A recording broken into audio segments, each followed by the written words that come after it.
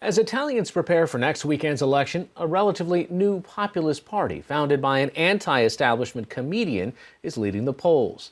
But the local media is not laughing along with the party's leader, Luigi Di Maio. The man they disparagingly refer to as a former waiter could become Italy's next prime minister.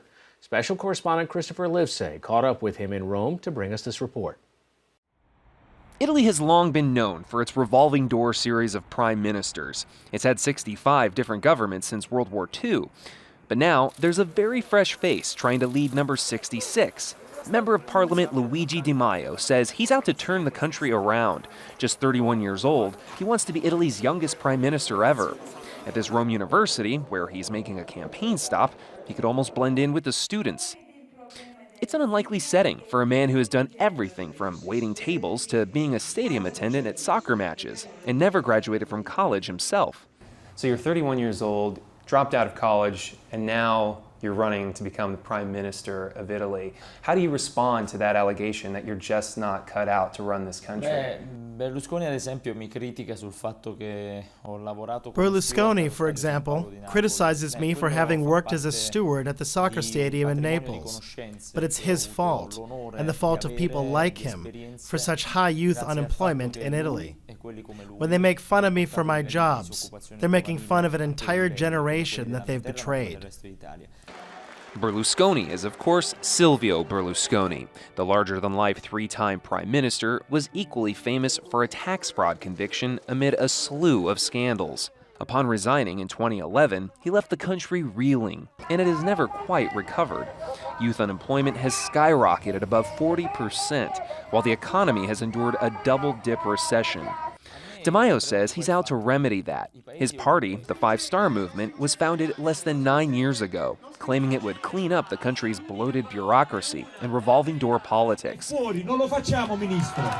makes it unique is that it rejects the traditional right-left political dichotomy. Its members run the gamut from former communists to staunch right-wingers. Di Maio's own father was a local councilor for a neo-fascist party. The Five Stars applauded the election of a fellow populist outsider, Donald Trump. Di Maio says he wants to enact Trump-style tax cuts and, like the American president, thinks there are too many migrants in his country. But Di Maio also shares traits with another political newcomer, recently elected French President Emmanuel Macron. Macron, too, was hard to peg politically, and his popularity was dangerously underestimated by the elite in his country. What makes the Five Star Movement so popular in this moment? I mean, it's leading the country in the polls. It's a political power that's lived up to its promises. We're the only political group that doesn't accept taxpayer money for lifetime pensions, double salaries, chauffeured cars and flights. We're funded entirely by our membership. The movement takes donations, but no funding from the state or big lobbies.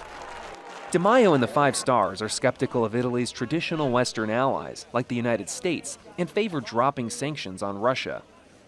Former U.S. Vice President Joe Biden recently accused Russia of meddling in Italy's voting process, just as it did in America's 2016 presidential election. And in 2016, BuzzFeed reported that the Five Stars had an entire network of websites and social media accounts promoting pro-Kremlin stories.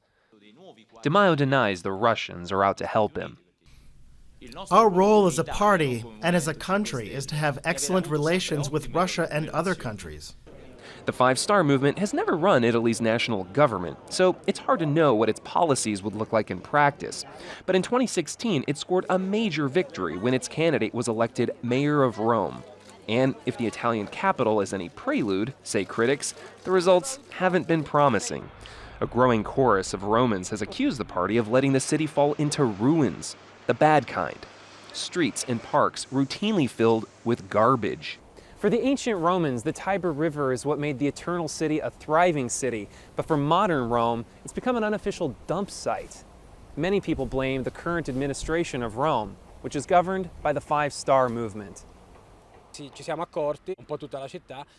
Practically the entire city has realized that they didn't care about anything but grabbing power. Massimiliano Tonelli is an Italian journalist and a co-founder of the popular blog Roma fa schifo. Translation, Rome is gross. Romans post photos and videos of their city getting trashed. The site used to have a strong affinity with Di Maio's five-star movement. That changed, Tonelli says, after they came into power. One of this government's first acts was to block the construction of a waste management plant that would have greatly alleviated this trash emergency. Now the situation has only gotten worse. Their voters have been completely conned. This is very dangerous and should sound the alarm for the entire continent. Di Maio says the accusations are nothing more than a media smear job. And despite his critics, this poster boy of the anti-establishment just might have an ace up his sleeve. Many Italian voters, like their American counterparts in 2016, are fed up with the same old faces. And he has a message for any candidate hoping to turn back the populist tide. Anyone else who wants to add their voice can do so. But let me be clear. There will be no games over sharing power. Anyone who wants to give a government to Italy will have to go through us.